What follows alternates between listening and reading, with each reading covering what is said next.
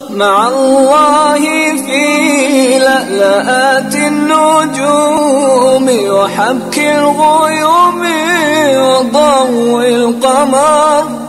نحمده ونصلي على رسوله الكريم. اما بعد. بسم اللہ الرحمن الرحیم. معزز خواتین و حضرات، السلام علیکم ورحمۃ اللہ وبرکاتہ.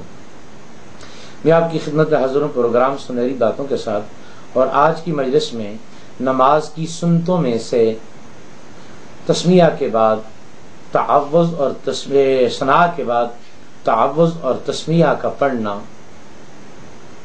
اس کے متعلق بنیادی باتیں انشاءاللہ عرض کروں گا.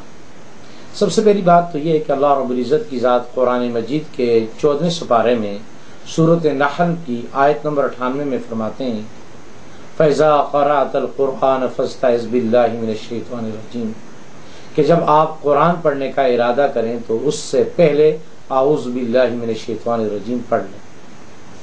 تو یہ میرے بھائیو ایک اللہ کا حکم ہے قرآن مجید. چونکہ ثناء کے بعد فاتحہ پڑھی جاتی ہے اور فاتحہ قرآن ہے، تو لہٰذا اس سے پہلے اعوذ باللہ من الشیطان الرجیم پڑھنا قرآن کا حکم ہے.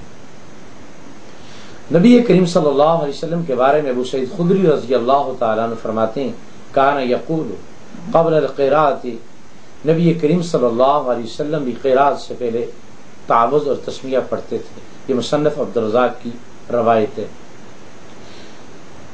اور اب یہ کہ نبی کریم صلی اللہ علیہ وسلم تعوذ اور تسمیہ آہستہ پڑھتے تھے یا اونچی آواز سے پڑھتے تھے.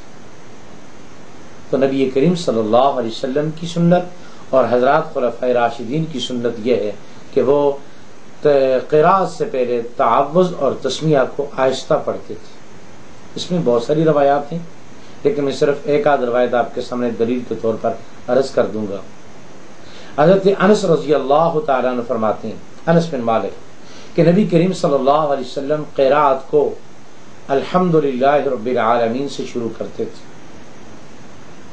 اگر نبی کریم صلی اللہ علیہ وسلم بلند آواز سے تعوذ اور تسمیہ پڑھتے تو انس بن مالک جو نبی علیہ السلام کے خادم خاص ہیں اور 10 سال ان کو خدمت کرنے کا شرف حاصل ہوا ہے، وہ ضرور کہتے کہ نبی علیہ السلام باواز بلند قرات میں پہلے اعوذ باللہ پڑھتے اور پھر بسم اللہ پڑھتے اور پھر فاتحہ پڑھتے. لیکن مسلم کی روایت صفحہ نمبر تقریباً 172 پر ہے کہ انس بن مالک رضی اللہ عنہ فرماتے کہ نبی علیہ السلام سے قرات کو الحمدللہ رب العالمین سے شروع کرتے.